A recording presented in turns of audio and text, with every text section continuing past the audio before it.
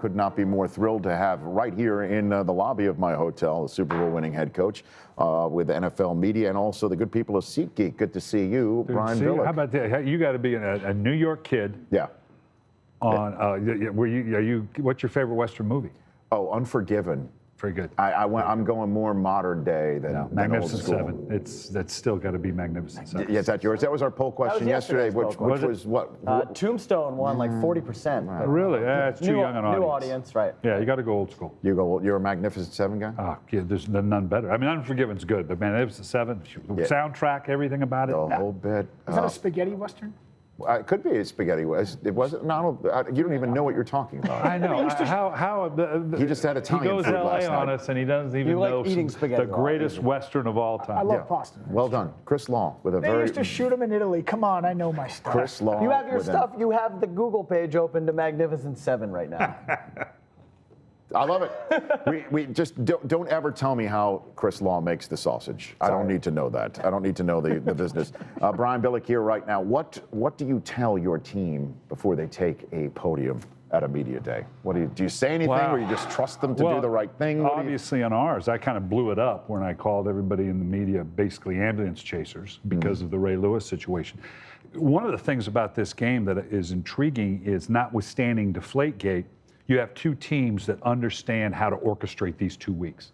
Typically, we come in and it's either a first-time coach, first-time coordinator, first-time quarterback, a team. But obviously, with what Seattle has gone through last year and knowing exactly how to orchestrate these 2 weeks, and New England, I've been half joking, they half thought about changing this to call it the New England Invitational because they're here so often. Right. They know exactly how to deal with media day, everything that's going on this week. So it's in this game, it's an absolute non-factor.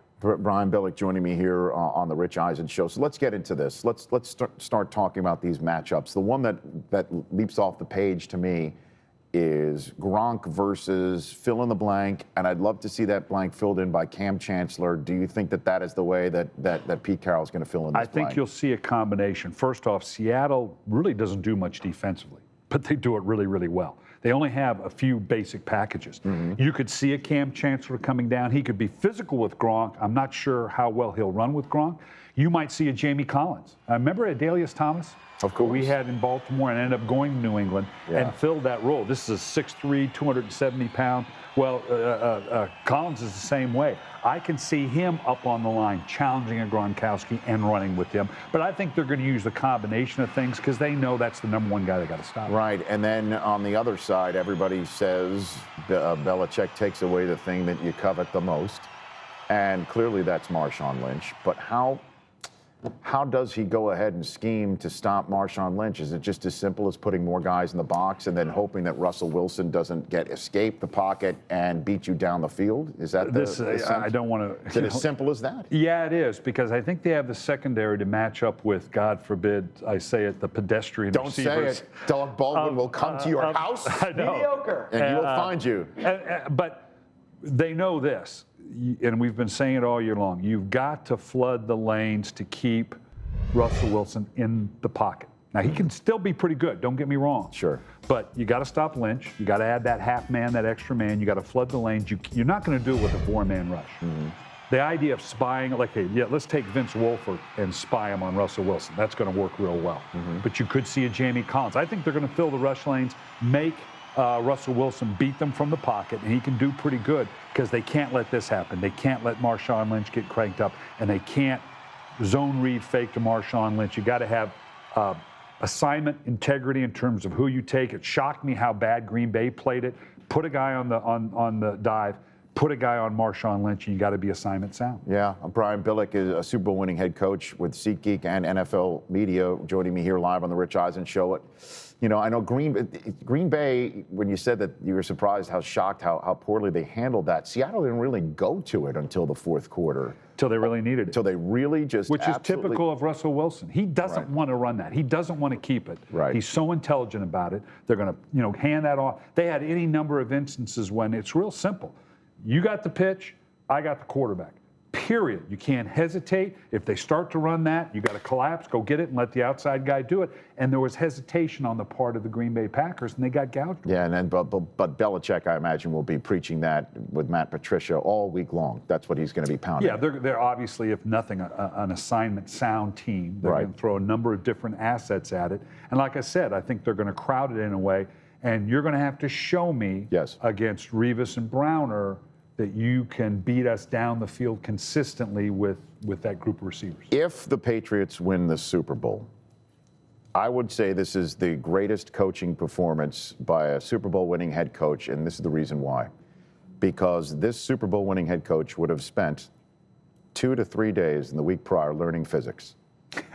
going to school and basically learning physics. Did you ever have to, did you do that maybe the week before? Did you learn a second language? Did you learn a second language? Yeah, English at times. Is that, I mean, what he did on Saturday that press conference. He did it much more artfully than I did with my Monday news conference, like I said when I called everybody ambulance chasers, to basically bring the attention to myself and keep it off Ray Lewis. Right. But what he and Mr. Kraft did was very clear cut. And the same thing I was trying to do on that Monday in Tampa was, here's the line. Look, we've answered the questions.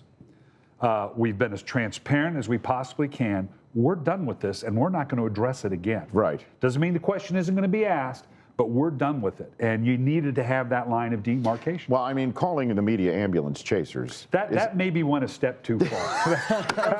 I remember when I did that. We had talked about Kevin Byrne, you know very well, the PR director for the Still there. Baltimore, and we're saying, okay, we got to address this. How are we going to do this? And Kevin and I had a plan. So I get up there and I call everybody ambulance chasers and do my typical arrogant routine. Yeah. And as I'm and now everybody's abuzz and they're just throwing things at me. And as I'm walking off, I look at Kevin. I go, did that cover it? He goes, pretty much. So did Modell know though that you were going to be doing that? No, you know, it was one of those things, and looking in hindsight, it accomplished its purpose. Right. I could have probably done it a little more artfully. Yeah. But then we wouldn't be talking about it 15 years Because there's later. no question then that the Patriots last Thursday, Belichick at some point was saying, all right, I'm going to study this whole thing and I'm going to blow this up from a scientific point of view.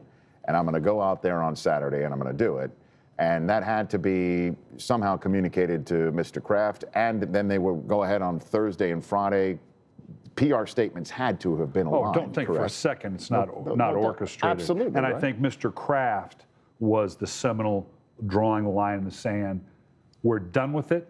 I stand by my guys, and at the end of the day, you're going to apologize to him. Where does my cousin Vinny fall into? Yeah, where does my cousin Vinny fall into? When does that come into conversation? It's got to be right now. But who does Mr. Kraft? Is he Joe Pesci? At the end of the day, I mean, who's well, who? No, here? it's whoever. Well, I think whoever gets them out of the mess is the Mona Lisa Vito, right? And whoever realizes that Mona Lisa Vito is the person to get them out of the mess is the Joe Pesci. And when has anybody ever compared the two movies of My Cousin Vinny and A Few Good Men? Who ordered the Code Red? Yeah, right? Colonel Jessup. Yeah. There has been a lot of Few Good Men and a lot of My Cousin Vinny. They usually come in threes, so I don't know what the we third. We got to find a third one. The third movie, I don't know. Let's just throw Patriot a movie out Games? there. I don't know. Right. Well, I don't know. With the mic drop, that was Goodfellas last night. You've been away a long time, Ted Wills. Guess what? It's a Super Bowl. We're going to answer. I'm going to answer any questions anytime you want. I don't shine shoes no more. SeatGeek. Tell me all about the SeatGeek. Yeah, it's been interesting. I've been, a lot of people conjecturing that because of this, what the interest would be in this Super Bowl and the fatigue of the New England Patriots. SeatGeek.com and the SeatGeek app. Yeah. You can go to for all your ticket needs, and the good thing about it, you can see the ticket and you have access to it, but you can get a rating in terms of the cost. Sure. Are you getting ripped off? Is it a good deal? Is it a bad deal? Right now, the tickets this up to the weekend were an all-time high. Mm-hmm. So now it's apt to fall off a little bit, but if you go to the SeatGeek app, you can see that the interest in this, I don't think there's fatigue. It's just crunching. It's killing it up in the Northwest. Yeah. I think it's going to be a hot ticket all the way going up to the end. Yeah, the 12s definitely know how to travel. There's no doubt about that. Thanks for coming in. I appreciate it. Great gigs. Yeah. I wanted to get on the horse. I own horses. I should have brought my horse. I had a lot. The answer to that Laddie and Doc. is yes. Yes. Just do it. Just do it. Just do it. Yeah, we've got the I horses. did the Steve McQueen, kick my leg up, Listen, take off, turn on a pivot. Unbelievable. I've never been able to say I have the horses. I've got the saddle. Please go for it. I've never thought that, but thank you for coming on, Brian Billick. The Rich Eisen Show, weekdays at noon Eastern. On Audience.